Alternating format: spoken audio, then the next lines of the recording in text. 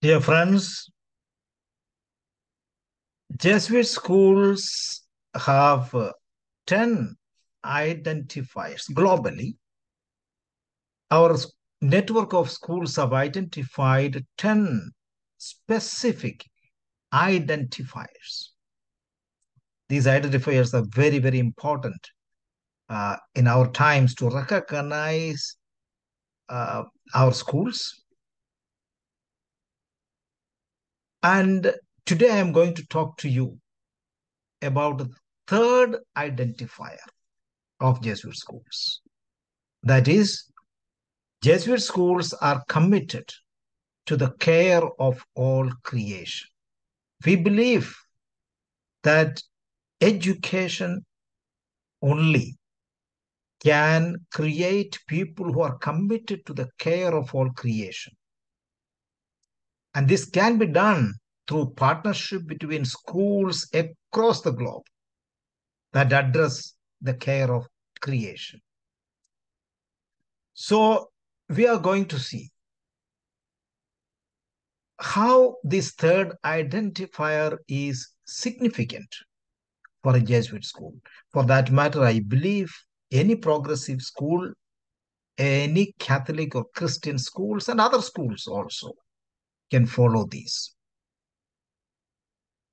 In fact, on May 24th, 2015, Pope Francis promulgated the encyclical called Laudato Si, which was intended to promote dialogue about our common home, which is undergoing serious deterioration because of human selfishness, human inaction, and greed.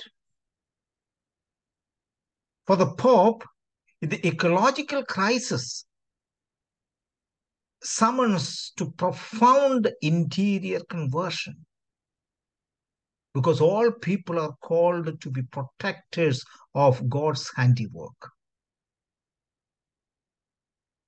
The implication for Jesuit schools is clear. In chapter 6 of the document of the Laudato Si, Pope Francis says, many things have to change course, but it is we human beings, above all, who need to change. We lack an awareness of our common origin, of our mutual belonging, and of a future to be shared with everyone. This basic awareness would enable the development of new convictions, attitudes, and forms of life. A great cultural, spiritual, and educational challenge stand before us. And it will demand that we set out on the long path of renewal. For our schools, this means preparing students and their families to identify with and feel responsible for all creation, to assume God's loving view of the world. Once more, it is worthwhile to reflect upon the requirement stated in the universal apostolic preferences of the Society of Jesus for the 10 years starting from 2019. We resolve, considering who we are and the means that we have, to collaborate with others in the construction of alternative models of life that are based on respect for creation and on a sustainable development capable of producing goods that, when justly distributed, ensure a decent life for all human beings in our planet. This commitment should manifest itself in scientifically rigorous curricula that gives students a well-informed understanding of issues like global warming, especially when many want to deny that the current conditions are due to human activity. Many do not want to accept these hard realities that because of human activity, human self-centeredness, human selfishness cause all these calamities like global warming. To that end, environmental education should be part of the core curriculum. Our schools should cooperate an ecological ethic in our science, theology, and humanities courses. Second, partnership between schools across the globe that address the care of creation. Third, programs in community service and advocacy for students to address the pollution of the air and water. Realistically, we must analyze what causes and how to prevent these.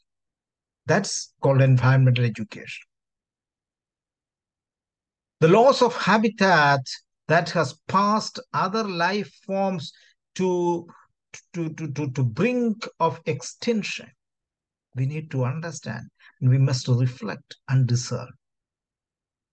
And therefore, our schools should make every effort to become environmentally sustainable by reducing their carbon footprint, purchasing goods that have been produced responsibly and which are properly recycled, etc. I invite all the Jesuit educationists, our teachers, our students, our parents to discern how do you assess these challenges? What are the most significant obstacles that we face in implementing environmental education? How can we adapt this challenge for all Jesuit schools so that it reflects the greater good? Perhaps we can reflect on, in this context, what has your educational apostolate done in your area as a student, as a teacher, as management, as a school, as parents? What have you done? What should your educational apostolate be doing in the fast changing world? And we expect Pope Francis's new book, which is called Laudato Deum, which will be published next week, will give us more insight into this area. But remember, our identifier number 3 says Jesuit schools are committed to the care of our common hope.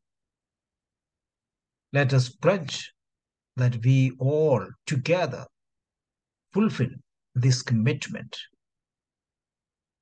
Thank you very much, and God bless you all.